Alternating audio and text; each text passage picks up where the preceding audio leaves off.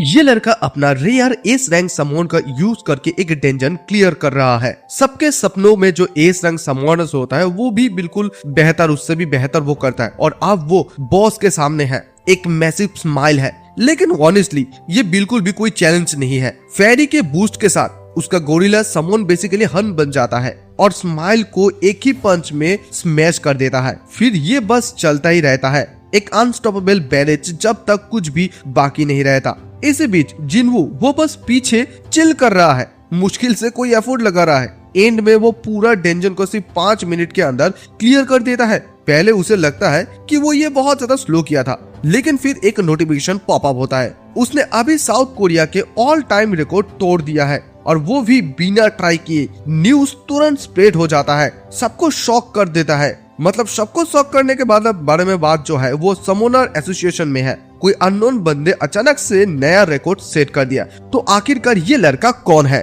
तो कहानी अभी हमें शुरू से शुरुआत करना होगा। तो ये कहानी शुरू होता है एक बहुत बड़ा गेम लवर से, जिसे जो है इस गेमिंग दुनिया में एकदम जीनू गॉड नाम के पुकारा जाता है। उसने इस गेम का 99 फ्लोर तक अभी क्लियर कर दिया है। सिर्फ एक फ्लोर है, वो अगर कंप्लीट कर देता तो पूरी गेम कंप्लीट हो जाएगा, जिसे कहा जाता है 100 फ्लोर। और ये इस बैटल ऑफ द समोनर गेम का रैंकिंग 1 नंबर प्लेयर है, जिसको जीनू किंग नाम को पुकारा जाता है, जीनू गॉड। और ये कोई नहीं बल्कि मैं ही हूँ। और प्लेयर जो है मुझे बॉस के नाम पर भी पुकारते हैं। और ये देखो, ये जो गेम है ये वर्चुअल, मतलब रियल दुनिया में इसका कोई इतनी ज्यादा जिक्र नहीं है, इतनी ज्यादा पॉपुलर नहीं है। लेकिन इसका गेम का अगर मिशन के बारे में बात करो तो बहुत ज्यादा डिफिकल्ट मिशन है। और मैंने यहाँ पर हर एक रिकॉर्ड को तोड़ा है, आफ्टर रिकॉर्ड। इसी वजह से इस गेम का उसे लीजेंड कहा जाता है। उसने कुछ समय पहले जो है 99 लेवल तक कंप्लीट कर दी है, सिर्फ एक लेवल बचा हुआ है। और जब वो इस गेम को एक बार क्लियर कर देगा तो फिर वो इस पूरी गेम को जो है क्वाइट कर देगा। क्योंकि सच तो ये है, रियल जिंदगी में उसकी जिंदगी पूरी तरीके से बर्बाद जैसा है। क्योंकि उसने अपनी पूरी 10 साल जो है इस गेम के ऊपर दिया, पूरी बर्बाद कर दिया। वो अपनी लाइफ में कभी भी कॉलेज तक भी नहीं गया। इवन एक डिसेंट जो जॉब करते हैं लोग, वो नहीं करते हैं। देखो, हालांकि उसके जो पेरेंट्स है वो उसके कुछ भी नहीं बात करते इस चीज के बारे में, लेकिन अंदर ही वो लोग मर रहे हैं। तो दिस वाई वो ऐसा डिसाइड किया है कि वो इस गेम को अभी छोड़ देगा, वो अपनी जिंदगी के लिए। क्योंकि वो अभी एक 24 साल का लड़का है, एटलीस्ट उसे अपनी लाइफ के लिए अभी तो कुछ करना होगा। So for the shake of turning my life around, वो अभी इस गेम को खत्म करने के लिए निकल पड़ा है। इसी वजह से वो दोबारा से चले जाता है उस गेम के अंदर। वो एक बार अगर इसे क्लियर कर देता है तो उसके लिए ये काफी है। फिर वो अपनी पूरी ताकत से इस गेम को खेलने लगता है और खेलते ही रहता है जब तक न वो लास्ट वाली फ्लोर को कंप्लीट कर देता है। और एंड में जाके वो इस पूरी क्लियर डेंजन को जो है क्लियर कर देता है, मतलब पूरी टावर को क्लियर कर देता है 100 फ्लोर। वो रास्ते में चिल्लाने लगता है, लोग उसकी तरफ देखने लगते हैं और सोचने लगते हैं कि आखिरकार इस लड़के का क्या हुआ है, क्या ये पागल वगल हो गया है क्या।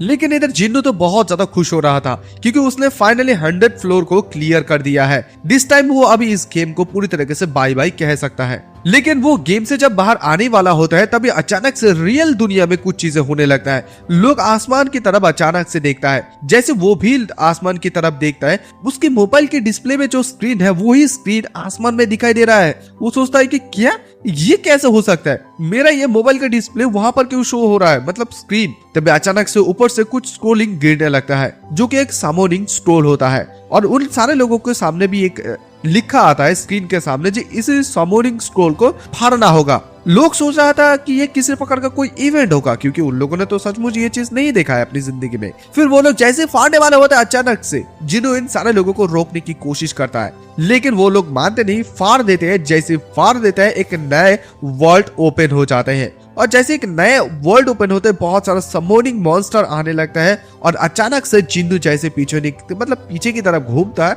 एक कार उसे टक्कर मार देता है। वो उसी जगह पर गिर जाता है। सभी लोग उसकी तरफ दौड़ते हुए आते हैं, कोई 911 पर कॉल करता है और फिर एम्बुलेंस आकर उसे ले जाते हैं। तो तभी हमें एक न्यूज के बारे में बताया जाता है कि एक न्यूज आता है जो कि international player league gets underway होता है कि साउथ कोरिया पिछली बार की तरफ भी इस बार भी एकदम बहुत ज्यादा डिसअपॉइंटिंग रिजल्ट किया है। वो लोग एकदम नीचे खड़ा हुआ है। हम लोग जिन्नू को हॉस्पिटल पर देख पाते, वहीं पर उसकी मॉम और डैड को देख पाते हैं। तो इसी वजह से न्यूज में ये भी दिखा रहा है कि जो रिस्पॉन्स ले रहा है एसोसिएशन, वो लोग ये चाहता है कि वो लोग कुछ हाई रैंक के जो समन होता है वो लोग सिक्योर करना चाहते हैं। लेकिन यहाँ पर कुछ एक्सपर्ट का ये भी आर्ग्यू है कि हम लोगों के लिए, मतलब हम लोगों के पास इतनी ज्यादा बजट नहीं है कि हम लोग ऐसे समनिंग स्कूल को बुला पाए। समझ पा रहे हो ना? तभी अचानक से जिन्नू की मॉम को जिन्नू के कुछ हलचल दिखाई देते हैं। वो तभी अचानक से कहते हैं कि हनी हनी जल्दी करो और डॉक्टर को बुलाओ।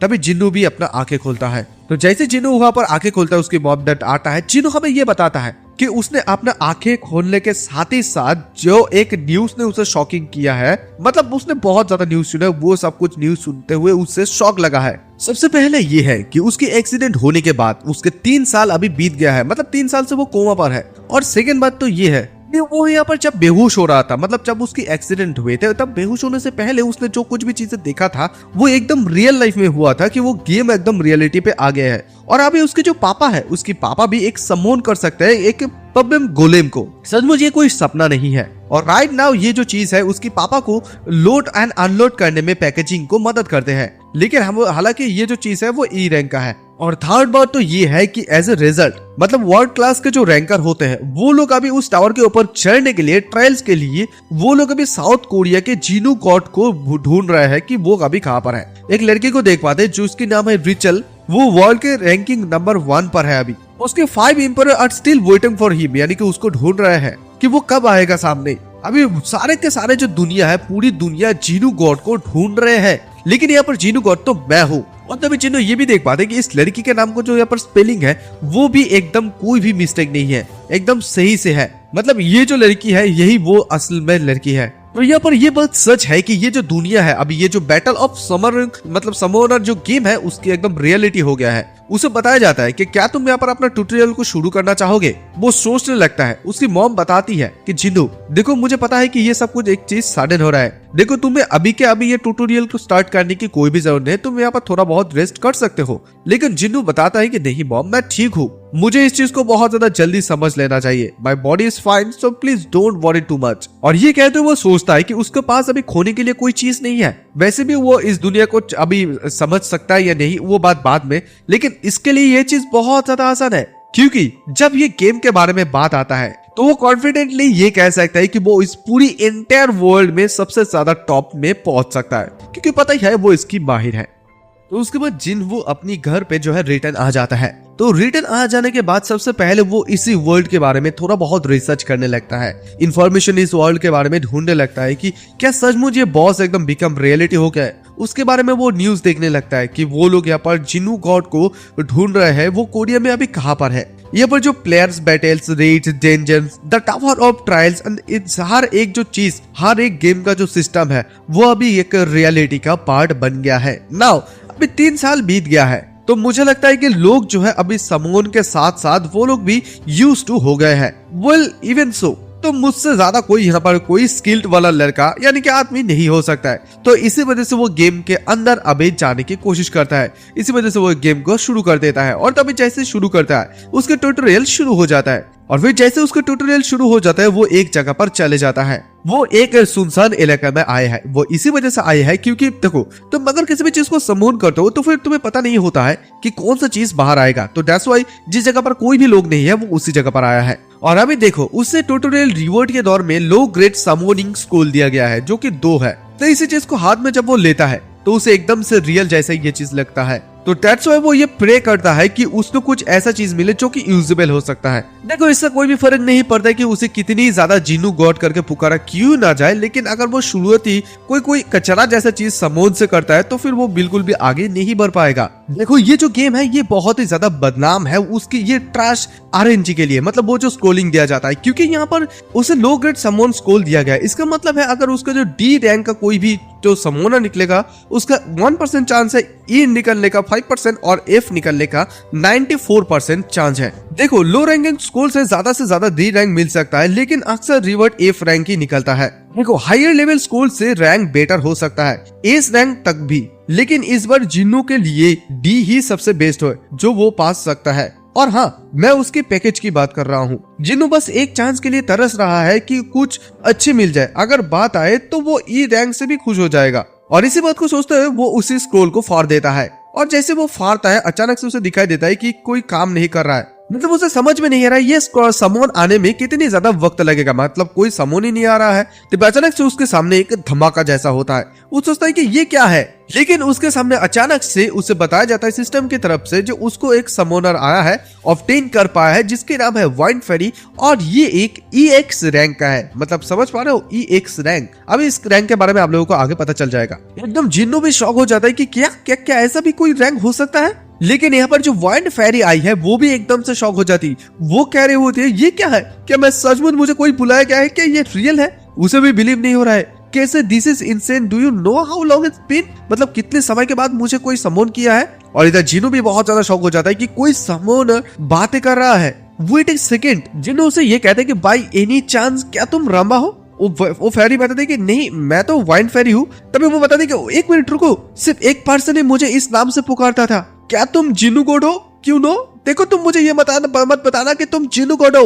वाओ जिन्नू गॉड, तुम्हें पता है कि मैंने तुम्हें कितनी ज्यादा मिस किया है। वो वाइंड फेरी उसके सामने आकर रोने लगती है। तो जिन्नू उसे हाँ कहता है और हाँ कहते हुए बताता है कि हाँ देखो मैं अगर इस चीज के बारे में बताऊं तो ये एक E रैंक समोनर था, ठीक है। तो अगर तुम इसको अच्छे तरीके से इस्तेमाल करते हो, इसकी हिडन पोटेंशियल को, तो फिर बहुत बड़ा यूज कर सकते हो, क्योंकि ये तुम्हारा अटैक स्पीड को बूस्ट करता है और इंस्टेंटली वो स्ट्रॉन्ग बन जाते हैं। और अगर वो पिछले दिनों के बारे में बात करें तो वो जब न्यू बॉय था तब इसने इतनी ज्यादा इसका इस्तेमाल कर ली थी कि उसका एक निकनेम भी रखा था रंबा। लेकिन उसे अच्छी तरीके से याद है ये जो अभी वाइंड फेरी है इसका कुछ बग्स हो गया था, दैट्स व्हाई इसे फिक्स करने के लिए जो मतलब ग्लिच कर दिया था, रिमूव कर दिया था फर्स्ट ईयर में। और जिन्हों ये सोचने लगते कि उन लोगों ने क्या बताया था कि यहाँ पर कुछ इम्बेलेंस चीजें हो रहा था, दैट्स व्हाई इसी चीज के ऊपर उन लोगों ने रेस्ट्रिक्शन डाल के उसे इम्बेलेंस के रूम पे यहाँ पर डिलीट कर दिया था। अभी उसके पास वो आया है क्वारंटाइन डिसीजन से, जो कि वाइंड फेरी है। उन लोगों ने उसी चीज को डिलीट कर दिया था बिना उसे कोई कॉम्पोजिशन दिया, बिना उसके साथ बातें किए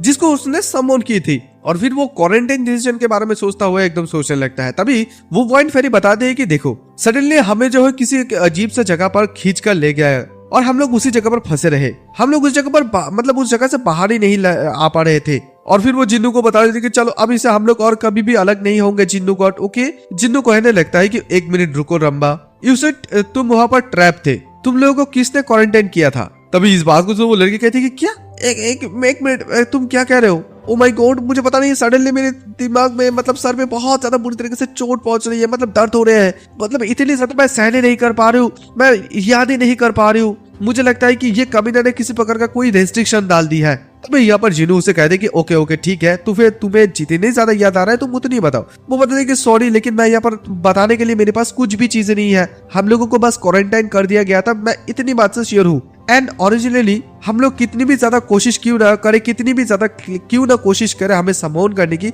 हम लोग बाहर ही नहीं आ पा रहे थे। इस बात को सुनता हुआ जिन्नू कहते कि क्या हुई, इसका मतलब क्या तुम्हारे साथ कौन और कोई भी थी क्वारंटाइन में। वो कहते कि हाँ मेरे एक सेम रूम में नहीं, मुझे पता नहीं कि वो लोग कौन भी है, लेकिन डेफिनेटली वहां पर कोई ना कोई थे। आई थिंक वहां पर 10 एंटिटीज हो गए।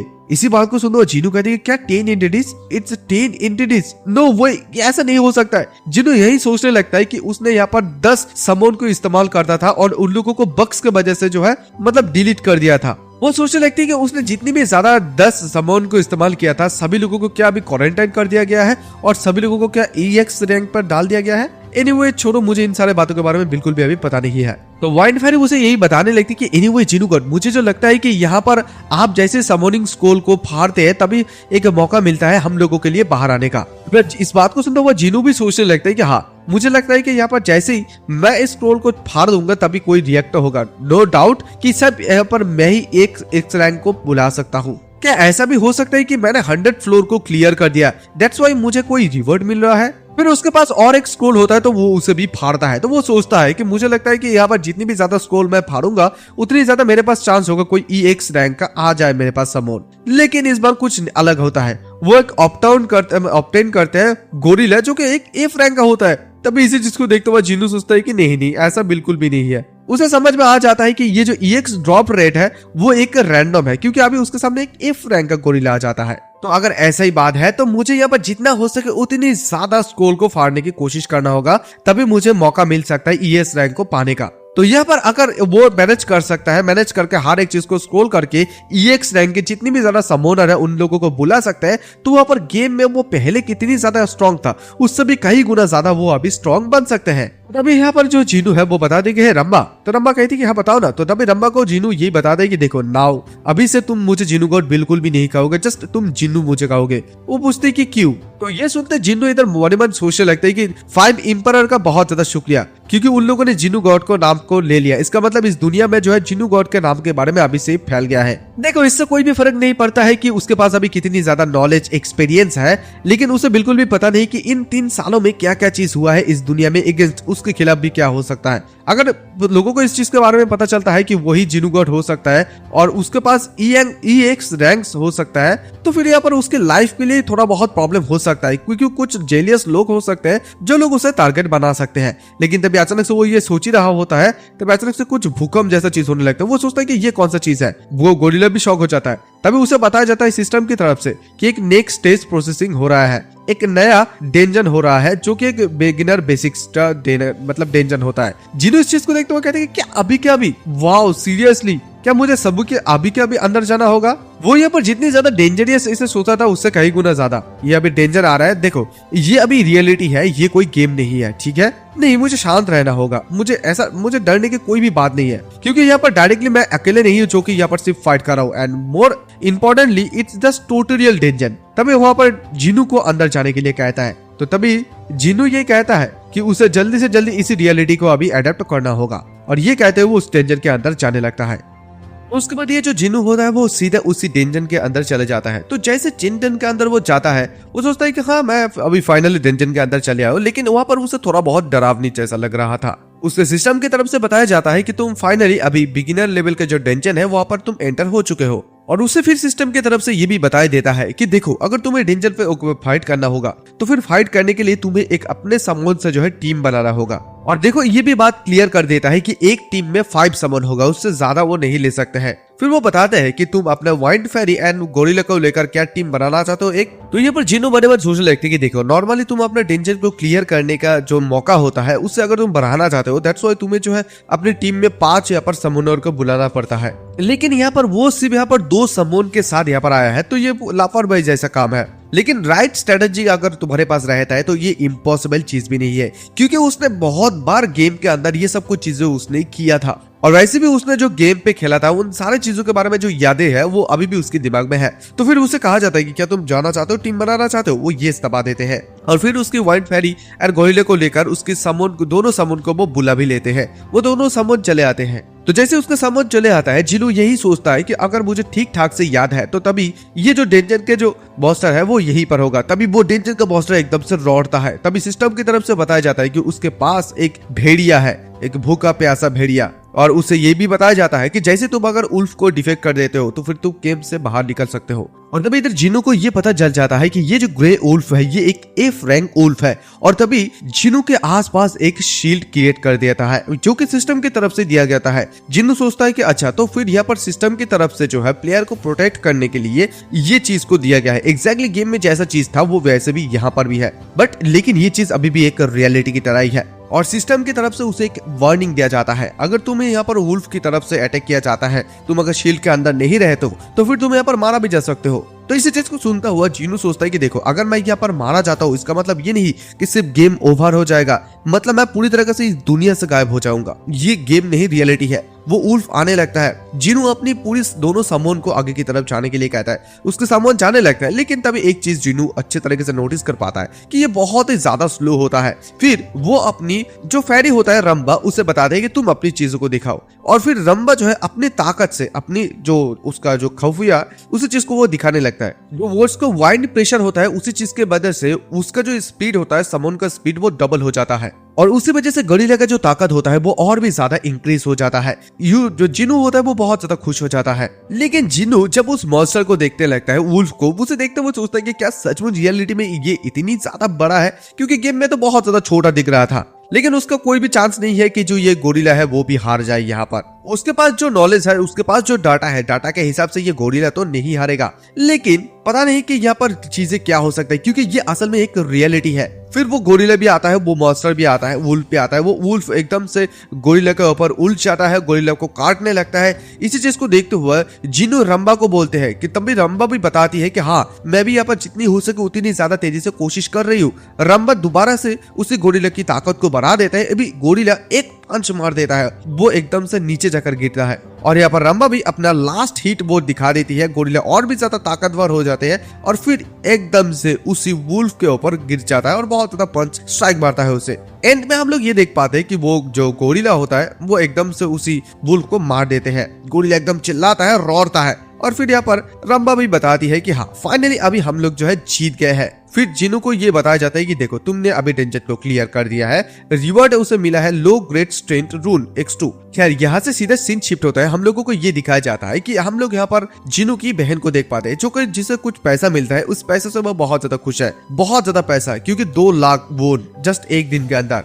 और ये जो लड़की हम लोग देख पा रहे हैं, ये जिनो की यंग सिस्टर है, जिसकी नाम है बेक अजीन। फिर यहाँ पर हमें वो उसकी बहन के बारे में बताया जाता है। जब ये दुनिया बदल रहे थे, यानी कि जो जिनो की बहन है उसे भी एक मौका मिला था ऐसे एक नए जॉब ढूंढने की। वो एक रून फार्मिंग प्लेयर बन गए थे। वो जो है मेनली जो है लोअर लेवल के जो डेंजन्स होते हैं उसे रन करते हैं और फिर वो ऐसे रून्स को सेल करते हैं प्रोविजिंग प्लेयर को। और यहाँ पर जो जिनो है, उसकी एक्सीडेंट के बाद उसकी फैमिली की हालत थोड़ा बहुत खराब हो गए थे, तो उसको इसी वजह से उसने डिसाइड किया था कि वो भी एक प्लेयर बन जाएगी। और मिरेकल देखो, ये बात वो जब एक डंजन के अंदर चल रही थी, तभी अचानक से उसे एक मीट ग्रेट समोनिंग स्कूल मिला था और वो इतनी ज्यादा लक थे कि उसको एक सी रैंक समोन मिल गया था। इसी वजह से वो उसकी समोनिंग को बहुत ज्यादा शुक्रिया अदा करना चाहता है शैडो इल्फ को, जो कि सी रैंक का है, और उसी की वजह से वो अपनी रूट्स को फार्मिंग करके पैसा कमा रहे हैं। तभी अचानक से वो देख पाते हैं कि उसकी भाई का कॉल उससे आता है। तो फिर वो फोन पकड़ती बताती है कि हेलो ओपा, आपको क्या हॉस्पिटल से रिलीज कर दिया गया है? तो तभी जिन्नू भी बताने लगते हैं कि हाँ, लेकिन अजीत, मैंने पापा से ये सुना है कि तुम रून सेलिंग करते हो।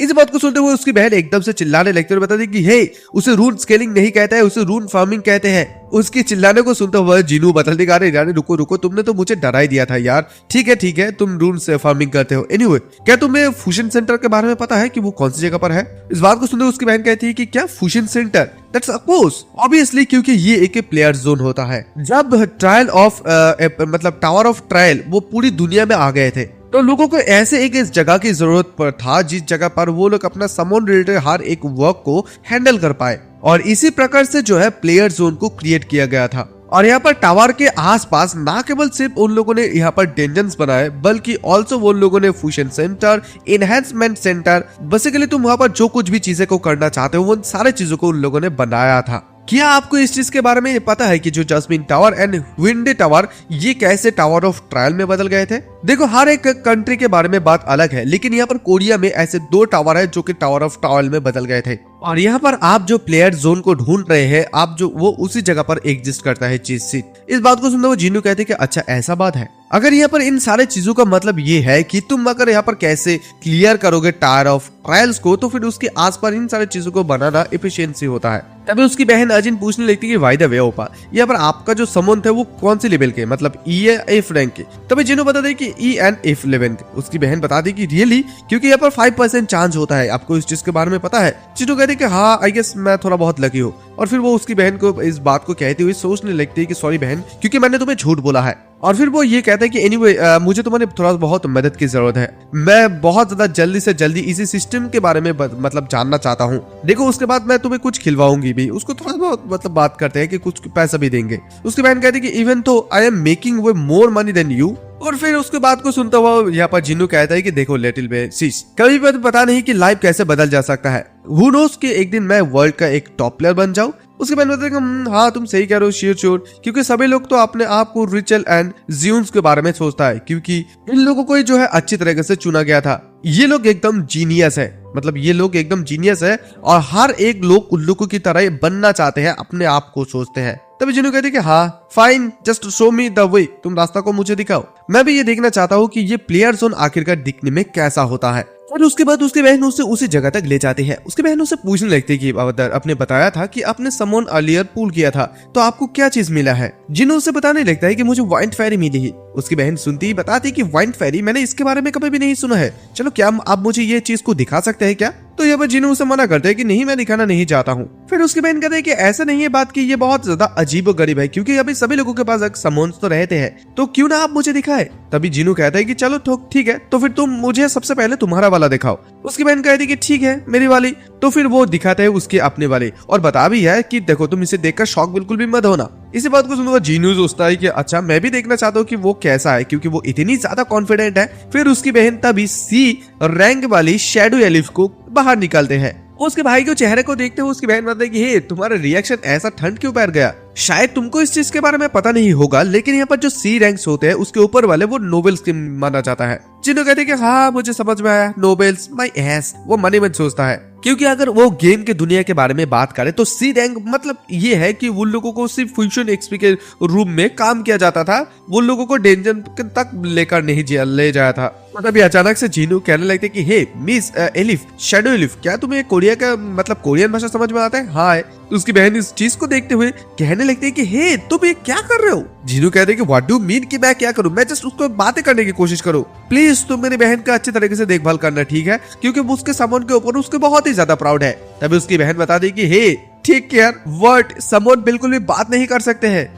जिन्हों इस बात को सुनते एकदम से शॉक हो जाता है कि क्या समोन बात नहीं कर सकता है। उसको जो है रंबा के बारे में याद आते हैं कि क्या उसको रंबा ने बात किया था कि जिनू गॉड आप कैसे हैं, मैंने आपको बहुत ज्यादा मिस की थी। उसे समझ में आता है कि हाँ देखो ओरिजिनली जो समोन्स होता है वो बिल्कुल भी बात नहीं कर सकते हैं। तभी उसकी बहन उसे पूछने लगती कि आपको ऐसी दुनिया में कौन सी चीज मिला है, कौन से समोन मिला है जो कि बातें कर सकते हैं। और इधर जीनू मन मन सोचता है कि आई मीन देखो रम्मा ने बात किया था, इसका मतलब उसे ये लगा था कि जैसे ये रियलिटी पिच हो गया था तो ह्यूमन फॉर्म में जो कोई भी समोन आते हैं वो लोग बात कर सकते हैं। खैर उसकी बहन उसे बताती है कि छोड़ो ये सब कुछ बातें, चलो अभी आप आपका समोन मुझे दिखाओ। तभी जीनू कहती है कि बाद में भी दिखाऊंगा। उसकी बहन गुस्से में आती है, वो बताता है कि मैं तुम्हें हर एक चीज को क्यों दिखाऊं। उसकी बहन बता रही कि देखो मैंने तो अपने वाला तुम्हें दिखाया ना। तभी जिनू कह रही कि आई सेड कि मैं तुम्हें बाद में दिखाऊंगा, कि राइट नाउ अभी इन सारी चीजों से मुझे थोड़ा बहुत दूरी रहना होगा। बेहतर होगा कि रंबा जो है मेरे पब्लिक के सामने बातें ना करे। तो फिर जिनू कह रही कि जल्दी करो और मुझे वो रास्ता दिखाओ, ठीक है? उसकी बहन को यही देखते हुए सोचने लगती है कि वो तो मुझे एक ट्रेडर की तरह जो है मतलब स्कैमर की तरह बिहेव कर रहा है मेरे साथ। खैर उसके बाद उसकी बहन उसी जगह तक उसे ले जाते हैं। जिनू उसे देखते हैं कहते कि वाओ क्या सचमुच यही वो जम्पसिल वर्ल्ड है? फिर उसकी बहन कहती है कि हाँ, क्योंकि यहाँ पर ट्रायल्स ऑफ टावर आने के बाद कंपनी ने हर एक चीज को डिमोलिश कर दी है। जिनू कहते हैं कि क्यों? अबे उसकी बहन उसे बताती है कि क्या क्यों, कौन ऐसे क्रीपी टावर के सामने आकर खेलेगा। तो तभी जिनू कहते हैं कि ये तो जगह उस चीज के लिए माना जाता था मोर थ्रिल एंड फन के लिए, लोग बहुत ज्यादा आते थे इस जगह पर। फिर उसकी बहन बता देते हैं कि डेंजर्स ने आके इन सारे जगहों के ऊपर मतलब जस्मिन वर्ल्ड के ऊपर कब्जा कर ली थी, तो दैट्स वाई यहाँ पर मजे करने के लिए कौन ही आ सकता है। जिनू कहते हैं कि हाँ इस बात का भी तो सेंस बनता है। हाँ तभी उसे समझ में आता है कि ये चीज जो देख रहा है वो थोड़ा बहुत तो डेंजर स्कैरी होता ही है, लेकिन वो जो कोई भी चीज देख रहा है वो अभी रियल लाइफ पे देख रहा है, वो गेम पे नहीं देख रहा है। और इसी चीज को देख रहे हैं ऑनेस्टली कहा जाता है तो उसकी ब्लड पंपिंग बहुत ज्यादा बढ़ गया है। फिर वो पूछता है कि क्या यहाँ पर वो कोई मार्केट है, क्योंकि ये एक ऐसे मार्केट है जहाँ पर तुम अपना स्क्रोल हर एक चीज को एवरीथिंग चीज को जो है फ्रीली मतलब ट्रेड कर सकते हो। और इसी चीज को देखते हुए जीनू को कुछ पुराने मेमोरी के बारे में याद आता है, क्योंकि अगर वो उस समय गेम के बारे में बात करे तो बिग चेन और उसने मिलकर बहुत सारे स्कूल्स रून्स को बेचा था पैसा कमाने के लिए। तब उसकी बहन बता दी कि क्या आपको वहाँ पर वो पर्चे दिख रहे हैं, क्योंकि ज्यादातर इंपॉर्टेंट जो नोटिस होता है वो उसी जगह पर, गाइडेंस जो होता है वो उसी जगह पर दिया जाता है उस टेक्स्ट के अंदर। वैसे भी ओपा आप यहाँ पर नए हैं, एकदम बिगिनर है, तो क्यों ना आप एकेडमी रूल्स के बारे में थोड़ा सा हेडक्वार्टर में जाके चेक कर ले, वहां से आपको थोड़ा बहुत बेसिक जो ज्ञान होता है बिल्ड होता है वो आप कर सकते हैं स्टेप बाय स्टेप। इसी बात को सुनते हुए जिनू कहते कि नहीं मैं ठीक हूँ लिटिल सिस। जिनू मन मन सोचता है कि नहीं ऐसा कोई भी यहाँ पर चीज नहीं जिसके बारे में मुझे सीखना चाहिए, और वैसे भी मैं क्यूरियस भी इतने भी ज्यादा नहीं हूँ। I am going to park myself here and grind anyway, मतलब वो इसी जगह पर रहना चाहता है और ग्राइंड करना चाहते हैं। उसकी बहन उसकी बात को सुनती है और कहती है कि क्या आप श्योर हो, ओके ना? उसकी बहन को बता दे कि हाँ तुम अभी ऐसे जा सकते हो। उसकी बहन कह रही कि क्या तुम सचमुच यहाँ पर रहने वाले हो? वो बताता है कि हाँ मैं यहाँ पर थोड़ा बहुत देखना चाहता हूँ और इसी जगह पर मैं खुद देखना चाहता हूँ। उसकी बहन कहती है कि ओके, और फिर वो मनी मन सोचती है उसकी बहन की सचमुच वो बहुत ज्यादा आज अजीब और गरीब बिहेव कर रहे हैं। उसे देखकर तो ऐसा लग रहा है कि वो किसी जगह पर खोए हुए है या तो उसके ऊपर कोई जादू किया है। जस्ट उसने अभी अभी वो उठा है, वो कैसे ठीक हो रह सकता है? लेकिन वो यहाँ पर खुद से अपने बेस्ट कोशिश करने की कोशिश कर रहा है, अपनी वर्क करने की कोशिश कर रहा है। बेहतर होगा कि मैं दूर से उसे ऑब्जर्व करूं। फिर उसकी बहन उसे बता दे कि देखो नजरअंदाज चीजों को मत करना, अगर तुम्हें किसी भी चीज की मदद की जरूरत है तो मुझे तुरंत कॉल कर लेना, ठीक है। उसकी बहन उसे ये कहते हुए चले जाते हैं और इधर जिनू इधर उधर ढूंढने लगता है और एक खाली जगह देखता है, सोचता है कि ये जगह इनफ होगा। फिर वो जो है रंबा को बुला लेते हैं। तो जैसे रंबा आते हैं, रंबा चिल्लाते हैं, तभी रंबा को देखते हुए कहते हैं कि चुप रहो तुम। रंबा देखो, फ्रॉम नाउ ऑन तुम आउटसाइड मेरे साथ बिल्कुल भी बातें नहीं करोगे, ओके। रंबा भी कहती है कि हाँ। फिर वो उसे बता दे कि देखो हम लोग दूसरे के अटेंशन में बिल्कुल भी नहीं आ सकते, फ्रॉम नाउ ऑन सिर्फ तुम मेरे साथ जो है डेंजर के अंदर जाके ही बात करोगे, ओके। रंबा भी उसकी बात को एकदम से समझ जाते हैं और फिर बता दे कि तेरे को मुझे थोड़ा बहुत सोचने दो, अगर मुझे यहाँ पर एक डेंजन को पूरी तरीके से रन करने की जरूरत है तो फिर मुझे बहुत सारे पैसों की जरूरत होगा। फिर वो अपने जब अकाउंट को चेक करते हैं वहाँ पर कुछ ही सिर्फ पैसा उसके पास बचे हुए हैं। वो सोचता है कि कितनी ज्यादा दैनिक मेरा लाइफ है, मतलब वो लाइफ के एकदम पूरी बॉटम में पहुंच गया है। लेकिन वो ये सोच रहा है कि मेरा एक्सीडेंट हो या ना हो, लेकिन इतनी ज्यादा पैसा मेरे पास कैसे आ सकता है। और देखो अभी मेरे अगर पार्ट टाइम जॉब के लिए चले जाओ तो सचमुच ये वेस्ट ऑफ टाइम होगा। डैम, अभी मैं क्या करूं। कुछ लोग तो इस चीज के बारे में अभी तुम लोग सोच ही सकते हो कि क्यों ना मैं पेरेंट्स से अभी पैसा मांग लूं, मदद मांगू। देखो सचमुच ये बहुत ज्यादा अपमानजनक होगा, क्योंकि ऑलरेडी वो लोग हमारे फैमिली को चलाने के लिए बहुत ज्यादा काम कर रहे हैं और मैं उन लोगों को सिर्फ बिल मांगने के लिए पैसा मांगू उन लोगों से। नहीं, मैं इंसान होने के नाते ऐसा बिल्कुल भी नहीं कर सकता हूँ। फॉरगेट इट, मुझे अभी पूरी तरीके से स्क्रैच से शुरू करना होगा। और देखो जिस रीजन के वजह से अभी जिन्नू गॉड करके मुझे कंपेयर किया जाता है, क्योंकि मैं एक टॉप रैंक के प्लेयर हूँ जो कि 0 कैश स्पेंडिंग करके मैंने टॉप रैंक बना है। देखो हर एक ऐसे ट्रस्ट गेम में होता है कि प्लेयर को जीतने के लिए पैसा अगर दोगे तो तुम्हारा जीतने का चांस ज्यादा रहता है ना। अगर ऐसा ही बात है उसके बावजूद भी मैं यहाँ पर बिल्कुल एक पैसा खर्च किए बिना मैं यहाँ पर स्ट्रॉन्गर बनूंगा। और तुम्हें क्या लगता है कि मैं ये सब कुछ चीजें बिल्कुल भी नहीं करता हूँ, इसी वजह से कर सकता हूँ क्योंकि ये रियलिटी है। जस्ट तुम लोग देखते जाओ मैं कैसे कैसे धीरे धीरे ऊपर की तरफ चढ़ता हूँ। लेकिन तभी अचानक से उसकी अकाउंट में 5,000 मतलब 5 लाख वोन डेबिट हो जाता है, डिपॉजिट हो जाता है। वो सोचता है कि सडनली इतनी ज्यादा पैसा मेरे पास कैसे आ सकता है। नो वे, क्या कोई नया प्लेयर मैं हूँ इसी वजह से मुझे बोनस के दौर पर मिला है। लेकिन तभी उसकी मॉम की मैसेज उसे आता है, क्योंकि उसकी मॉम उसे ये बताते हैं कि मैंने अजिन से ये सुना है कि तुमने अभी अभी जागा, लेकिन जागने के बाद भी तुम अपना बेस्ट कोशिश कर रहे हो। और देखो मैं तुम्हारे पर्सनालिटी को जानता हूँ कि तुम मुझसे बिल्कुल भी कभी भी पैसा नहीं मांगे हो। तो एटलीस्ट इसी वजह से उसकी मॉम उसे देते हैं। उसकी मॉम के डायलॉग को उसे देखते हुए सोचने लगती है कि एट दिस टाइम वो हर एक दिन मेरी देखभाल की थी, उसने पैसों से बहुत ज्यादा सफर की, उसके बावजूद भी उसने मेरी इतनी ज्यादा ख्याल रखा है और उसकी वजह से उसकी मॉम की वजह से वो अभी तक जिंदा रह पाया। उसकी मॉम को वो रोते हुए शुक्रिया अदा करते हैं और फिर बताने लगते हैं कि वोट फॉर मी मॉम, मैं डेफिनेटली सक्सेस होऊंगा और जब मैं एक बार सक्सेस हो जाऊंगा तब हम लोग पूरी फैमिली हमारा कंफर्ट में हम लोग जिएंगे। देखो यहाँ पर दूसरे जो लोग थे उन लोगों को ये 3 साल मिला है, लेकिन उसके ये 3 साल पूरी तरीके से बर्बाद हो गए हैं। तो अभी एवरी सिंगल जो 1 सेकेंड है उसे भी वो काउंट करेगा, उसे पकड़ने की कोशिश करेगा। If I want to be the best I have to act like this. अभी उसे मटेरियल्स को एकत्रित करना होगा, उसे ग्रो करना होगा और उसे एक डेंजन को रन करना होगा। सो अभी जिन्नू जो परचेस करता है 3 लोग ग्रेट समोनिंग स्क्रोल, उसे अपने सबसे पहले टीम बनाना होगा। दैट्स व्हाई सबसे पहले वो जैसे स्क्रॉल करता है, एक फाड़ता है, तो फिर उसे एक स्लग लम मिलता है जो कि एक एफ रैंक का होता है और फिर उसे एक बटरफ्लाई भी मिलता है जो कि एफ रैंक का होता है और फिर एक लिजर्ड भी मिलता है जो कि एक ई रैंक का होता है। एटलीस्ट उसे अभी ई रैंक का मिला है, उसका लक बहुत ज्यादा अच्छा है, क्योंकि अगर वो रंबा को भी काउंट करे तो वो भी एक ई रैंक का ही है। इसका मतलब 5% चांस जो उसका था वो उसे मिल गया है। और उसके अलावा उसे यहाँ पर एक पॉइजन लिजर्ड भी मिला है जो कि यहाँ पर ई रैंक के अनुसार बहुत ज्यादा अच्छे है।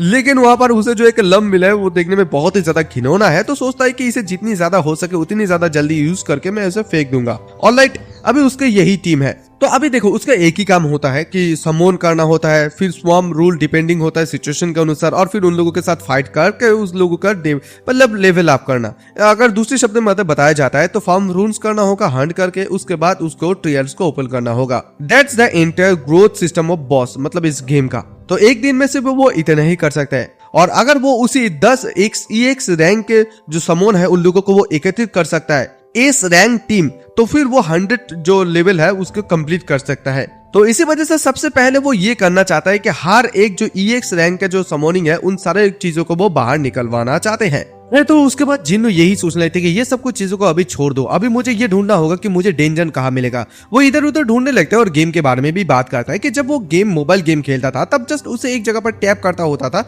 वो उसी जगह पर चले जाता था। लेकिन यहाँ पर ऐसा कोई भी तरीका नहीं है जिस तरीके के माध्यम से गेम के माध्यम मतलब गेम में जितनी ज्यादा आसान था वो इतनी ज्यादा रियलिटी में अच्छा होगा। आखिरकार रियलिटी में ये चीज काम कैसे करता है? फिर तभी उसके एक नजर जाता है, वो सोचता है कि व्हाट द हेल, ये कौन सा चीज है। इवन अगर तुम्हारे पास कोई समन है, उस समन होने के बाद भी तुम बहुत ज्यादा आसानी से डेंजन के अंदर प्रवेश नहीं कर सकते हो। और इसी चीज को देखते ही वो तुरंत यहाँ पर हमें बताया जाता है कि डेंजन गेट्स जो है वो रैंडमली रजिस्टर होता है, कोई भी लोकेशन पे आ जाते हैं। और देखो तुम एक डेंजन की जज कर सकते हो, उसके अंदर से जो एनर्जी निकल रहा है उसके लिमिट को देखते हुए तुम जज कर सकते हो। बट यहाँ पर कुछ रूल्स चेंज हुआ है, ये कितनी भी आसान क्यों ना हो एक डेंजन, तुम उसके अंदर नहीं जा सकते हो। ओनली मतलब जिन सारे लोग ऑफिशियली रजिस्टर्ड है उन सारे लोगों को, उन सारे प्लेयर्स को अंदर जाने के लिए अलाउंस किया जाता है। इसी जिसको देखते हुए जिन्नू एकदम से परेशान हो जाता है। वो सोचता है कि सचमुच ये तो मेरा बहुत ज्यादा बदकिस्मत है। Of all the time I wake up after the change law. तब अचानक से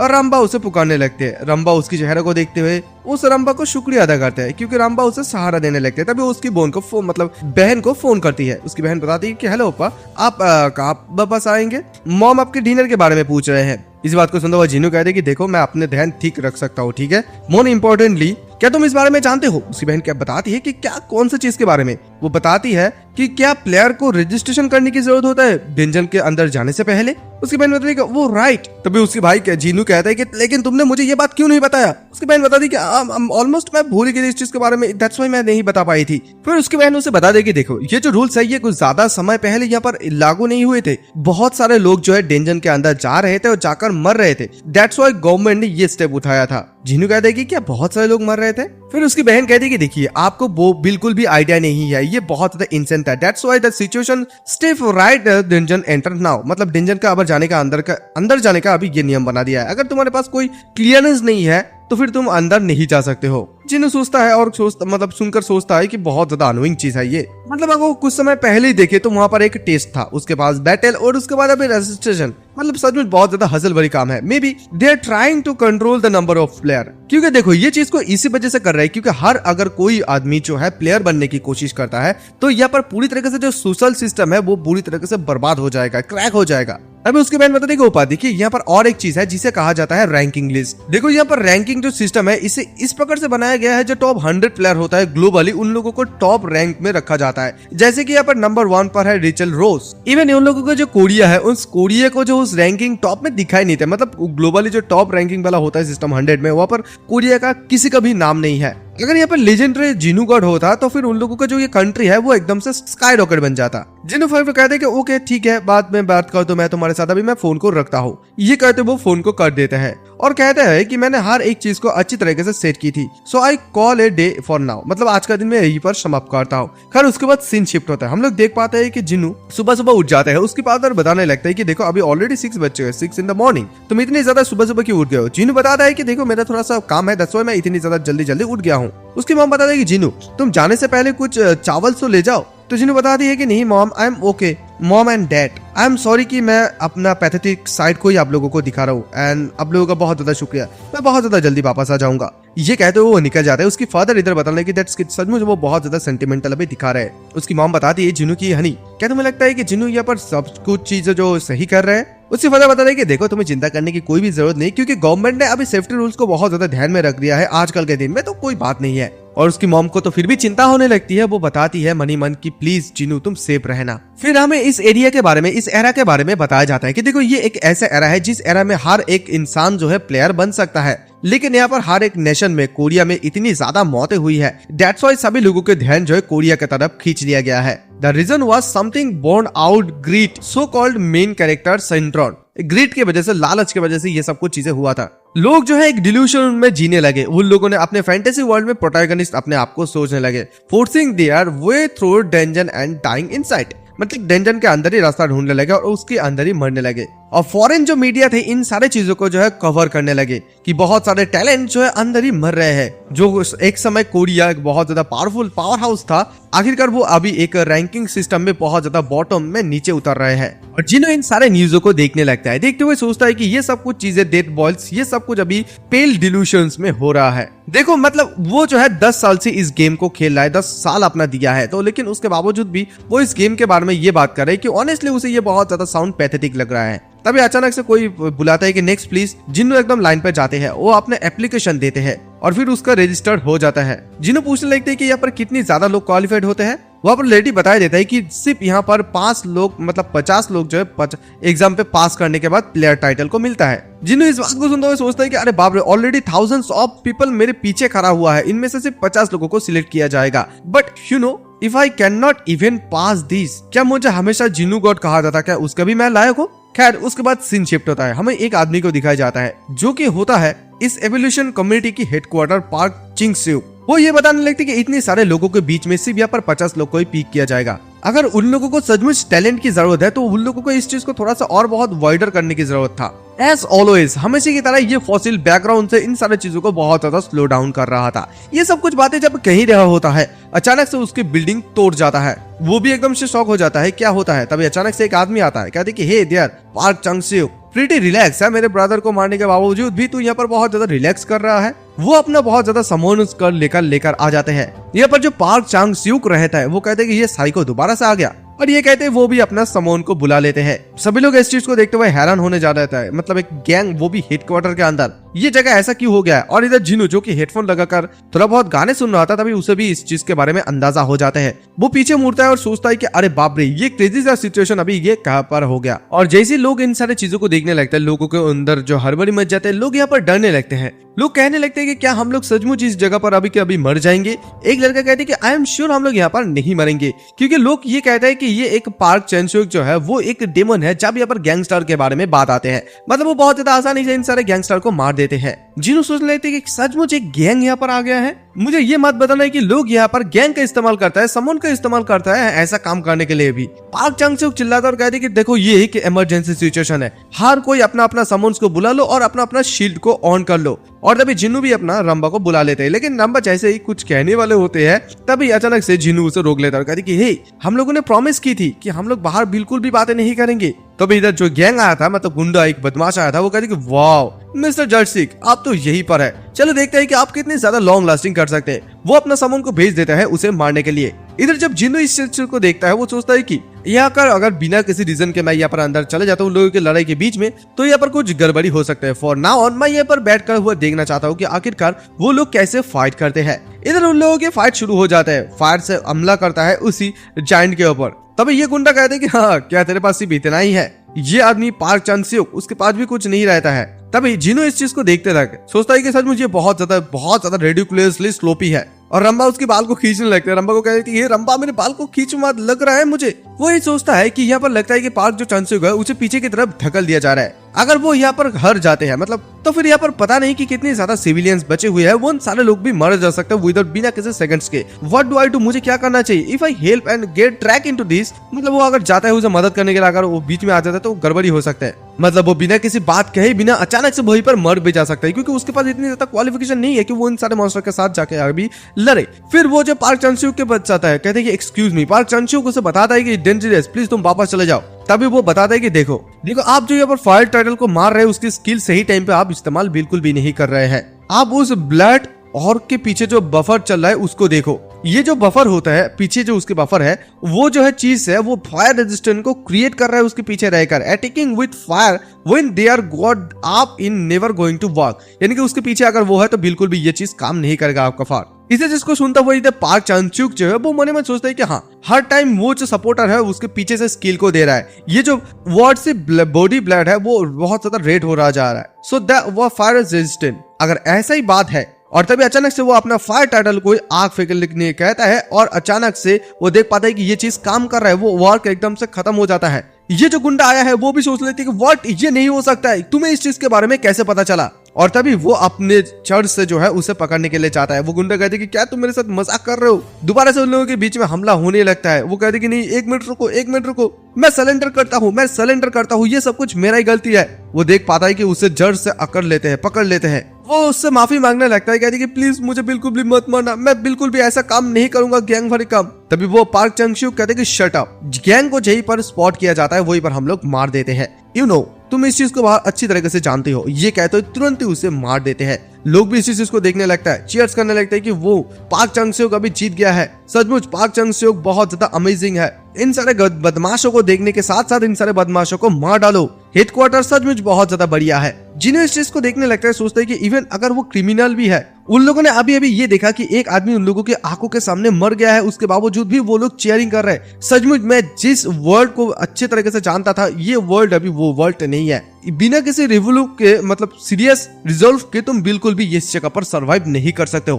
तभी पार्क चंग-स्यूक जो है उसके सामने आता है, कहते कि sir thank you very much, आपने कुछ समय पहले जो कुछ भी किया था। मैं इस असेंबली का पार्क चंग-स्यूक हूँ, हेडक्वार्टर्स का, प्लेयर हेडक्वार्टर का। आपने उस गद्दर को मारने के लिए जो कुछ भी किया उसके लिए आपका बहुत ज्यादा शुक्रिया। जिन्हों कहते कि नहीं, ऐसा कुछ भी नहीं है। तभी वो आदमी कहता है, क्या मैं आपको अपना ग्रेटिट्यूड दिखाने के लिए, क्या मैं आपसे सुनते सकता हूँ कि आप कौन सा गिल्ड से बिलोंग करता है। जिन्हों कहते कि विल, मैंने अभी तक जो है रजिस्टर भी नहीं हुआ है इस हेडक्वार्टर में। इस बात को सुन दो एकदम, वो कहते कि क्या ऐसा भी हो सकता है।